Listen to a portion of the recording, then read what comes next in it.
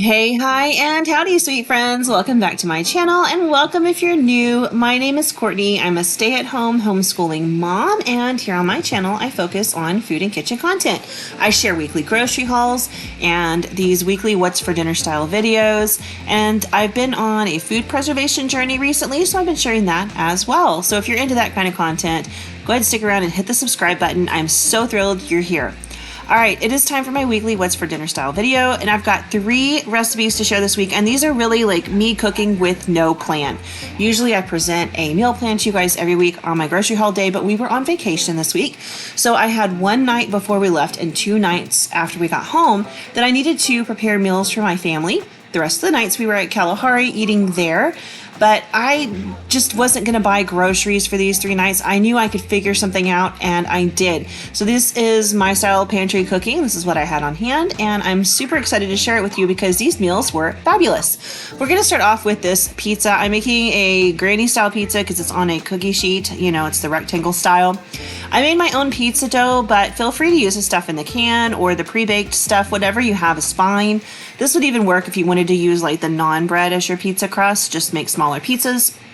Just really whatever you have that works. I always have flour and yeast and things like that, so I can whip up different kinds of dough on the fly pretty easily, and that's what I did on this particular day.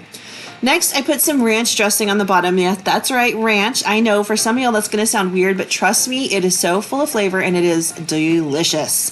Then I put some cheese on here, just some regular mozzarella, and it was as I was putting the cheese on, I remembered, oh man, I didn't season my pizza crust. So whenever I make pizza, I always season the crust by brushing a little bit of melted butter on the edge and then sprinkling some garlic salt on there. This really gives it a great flavor. I think it's Domino's that does something similar to this, and it just makes the crust really, really good.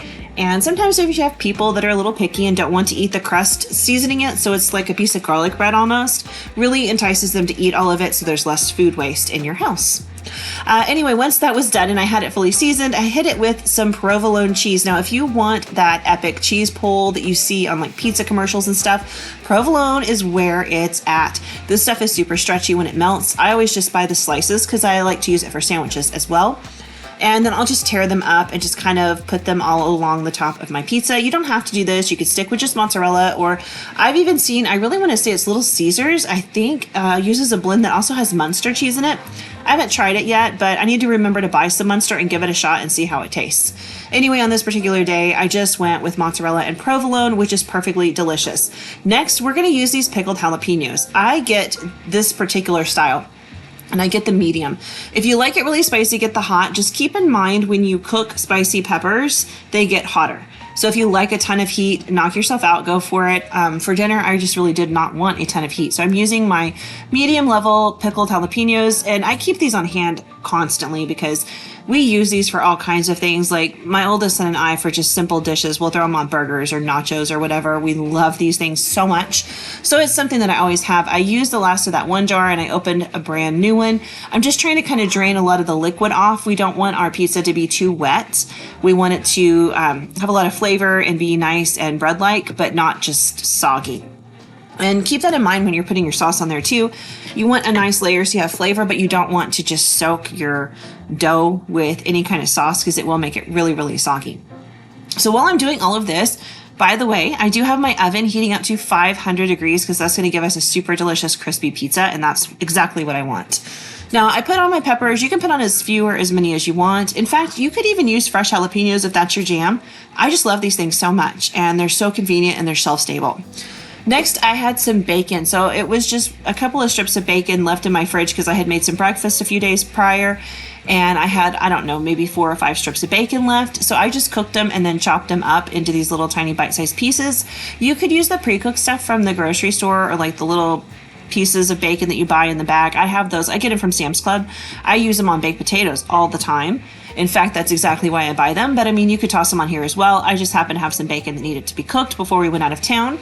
And then I threw a little bit of extra cheese on the top just to kind of give a buffer to the bacon because it's super crispy and it's cooked. I don't want to burn it, which can happen if it's exposed to too much of the heat. So I just want to kind of protect it a little bit with an extra layer of, just a little layer of cheese. And I popped that in my 500-degree oven for about 15 minutes. And look at that. Y'all, this is incredible. The crust is crispy and delicious and it's seasoned on the edges. so it's really tasty. And the combination of bacon, ranch, and cheese and jalapenos is epic. You've got to try it. All right, next on to just some classic meatloaf. Now, keep in mind, I'm just showing you guys some pantry recipes this week. You could take these ideas and run with them. Use whatever you have on hand. Substitute some ingredients. There's no rhyme or reason or measurement to, you don't have to be as perfect about it or anything. You just kind of use what you have, and that's the point of pantry cooking. You want to use up the things you have on hand. You want to find a way to use them. You don't want to waste them, and you don't want to have to buy certain things. So we're just kind of doing what we can with what we have. So I've got 2 pounds of ground beef because I'm making enough meatloaf for 2 different meals here. And I just went ahead and threw in some thyme, some garlic powder, some onion powder, and a little bit of my confit garlic, which is so good. The recipe for that is always linked down below. I make that and it's just divine. I'm also throwing in some of my homemade beefy onion soup mix. You could totally use this stuff in the package from the store. That's up to you. But I really just like the stuff I make. It's simple and it's easy. The recipe for that should be linked down below as well. So if you want to start making your own like soup mixes and things like that, I did a quick video about it, and it is so easy and so much better than the store-bought stuff. Next, I did go ahead and put in a little bit of pepper and Worcestershire sauce and an egg as a binder. I'm not putting in any salt because there's a lot of salt in the bouillon I use to make my beefy onion soup mix. But if you're using something else, you might need to add a little bit of salt. I'm low on ketchup, which is what I would normally throw in here because it's got a lot of stuff in it, so it brings a lot of flavor. But instead, I just opened this can of diced petite tomatoes and drained the liquid out and threw about 3/4 of the can in here. By the way, this was awesome, biting into bites of meatloaf with a little bit of juicy, delicious, almost sweet tomato in the middle. So, so good. And then finally, I'm adding in some breadcrumbs just to kind of help everything pull together. And I just do this kind of by sight and by touch. As I add it, I can look at the meat mixture and see if it is, the way I want it to be, the consistency I want, if it's going to hold together, if everything looks good. I like for mine to be a little loose. Because I want my meatloaf to be nice and juicy. I don't want it to dry out, especially when I reheat it. This is my brand new meatloaf pan. It was gifted to me by my mother. It's the first time I've ever had a meatloaf pan, so I'm actually super excited about it. I did spray it with some nonstick spray because that's what I would do with any meatloaf pan. That's what I've always done. I guess you don't have to, but that's just what I do. And keep in mind for this recipe, if you had some ground turkey or some ground chicken, it would be excellent as a meatloaf. Just make sure and add a couple of tablespoons of some sort of oil in there. Maybe olive oil or even bacon fat would be great because that will dry out if you're not careful trying to cook a big hunk of meat like that because it has so much less fat in it. So just make sure you add in a little bit of extra fat to it before you cook it. But otherwise, it would taste amazing. Anyway, I just kind of shaped mine on here. I was afraid to press down too much because it has the holes in that little piece that you lift up to drain everything off. So I just shaped it as well as I could and popped it in a 350-degree oven for about an hour or so. Next, I took the last of those petite diced tomatoes and I mixed them with the last of my ketchup. As you can see, I'm really fighting to get out what might be a 1/4 cup at the end of the day. It just wasn't a lot left in there. And then I'm going to add some Worcestershire sauce to it. I love that stuff. It gives such a great rounded beefy flavor. It's just got so much going on in there. I'm also adding in some garlic powder and some onion powder because they taste super delicious. A little bit of pepper. You can add some salt if you want to, as much or as little as you want, or any other seasonings you see fit. And I do really recommend a little bit of brown sugar because it kind of gives us a sweet and sour effect as a sauce, and it is amazing. I mix that all together and let it just hang out on the kitchen counter while the meatloaf finished cooking. That way all the flavors can come together. And once the meatloaf was done, it reached 165 degrees. I went ahead and pulled it out and topped it with our mix there, which is so, so good. I love it with these diced tomatoes. I don't know if I can ever make meatloaf without diced tomatoes again. This was so tasty and delicious. But I just kind of smeared it all over the top, gave it a nice good coating of that stuff, and I pop it back in the oven and let it bake for about 15 more minutes to really just set that topping on there. And oh, it's so amazing. Meatloaf has always been one of my favorite meals, and I typically make it essentially pretty much like this, and I've done that since I met my husband, and it's always been one of our favorites. To go with it, I had some potatoes I needed to use up, so I did mashed potatoes. I opened up a can of green beans and just kind of seasoned them up and threw in a little bit of bacon, and they were so delicious. All right, so I have that leftover meatloaf. We're going to make these knockoff Italian beef subs. These were super simple. I guess they could also be like a meatball sandwich, just depending which direction you want to go with it, but they kind of came across to me more like an Italian beef sandwich. So I started off by slicing up half an onion and a couple of those mini sweet bell peppers. You can add in any vegetables you want. You might even want some of those pickled cherry peppers. Man, those would be delicious in here. But I just used what I had on hand. I seasoned it with a little bit of salt and pepper and garlic powder, and then I added in a little bit of butter and a little bit of oil so the butter doesn't burn. And I'm just going to saute these until they're done to my likeness. I like a little texture left in mine. I don't want them just completely mushy. So I like the peppers cooked about halfway through. And once they reach that state, they look a lot like this. I'm going to go ahead and toss in some Worcestershire sauce because I think it just offers the perfect amount of seasoning and flavor to these. I also do this when I'm making fajitas. I just think it brings something great to the table and makes these veggies taste divine. If you have some mushrooms, this would be a great place to toss them in if you have some extras, because that would be amazing in here.